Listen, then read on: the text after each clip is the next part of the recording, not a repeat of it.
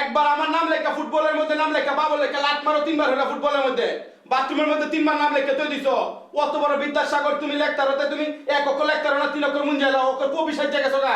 আমার দাদা আমার নাম রাখছে বাদশা বাবরের লগে নাম মিলে দিল্লির সম্রাট বাদশা বাবর এরকম নামের অপমান করতেছো তোমরা আমি কি এনে তাই লাগিয়েছি তোমরা অপমান হইতে দিনে দিনে মার তোর জায়গা বাস্তা বেটা মন দেখা না যা মন ভরি গেল তোর দুটো তুলে নাই এই এনো কেন থাকতাম আমি আল্লাহ রে আল্লাহ এর বিচার তুমি আল্লাহ করে তোমারটা বিচার দিলাম আল্লাহ আমার দাদা আমার নাম রাখছি বাদশা বাবরের লগে মিলায় নাম বাদশা বাবরের এইরকম অপমানী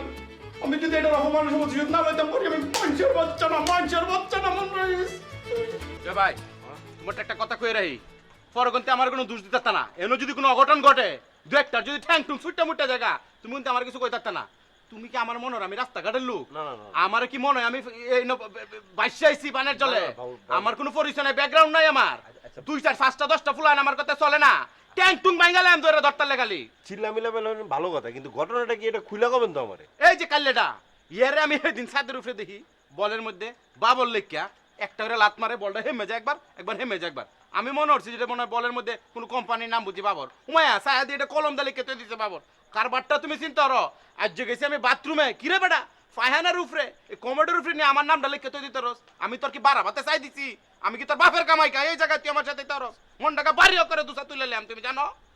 আমি তো তোমার বয়সেরও বড় মেয়া আতে ভাই আমার উপরে তোমরা লম্বা হয়ে গেছো গা এলে কি যেটা মূল্য এটা করবা নাকি আমার লগে পোলাপান মানুষ তো বোঝে নাই আর এইটা যে আপনার নাম লিখছে সেটা তো নাও হইতে পারে তাই না ওরে মিয়া কেডা ফুলান মানুষ এরা তুমি ফুলান মানুষ কও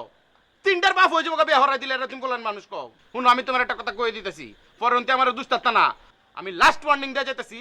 তোমার আমার আপন মনে হয় এর লাগি তোমারটা আমি ঘটনাটা কয়ে গেলাম এটার বিচার যদি ঠিক মতো তোমরা না করো আমি বিচার করলে কিন্তু খারাপ হইবে এটা কয়ে দিলাম না আমরা তো এটা দেখতেছি মানে আমি বিশেষ করে এটা ব্যবস্থা নিতেছি বুঝছেন আপনি কোনো চিন্তা করেন না আমি দেখতেছি ঠিক আছে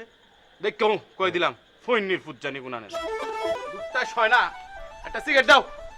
বাবা সিগারেট তো নাই এই মেয়ে আমি চাইলে তোমরা একটা সিগারেট তাই না এবারে একটার ফুকটিতে একটা লাগায় টানো মেয়া এই সময় তাই করতে এটা টেয়া কই যায় আমি জানি না একটা বিড়ি চাইছি এটা দিতে পারো না মেয়া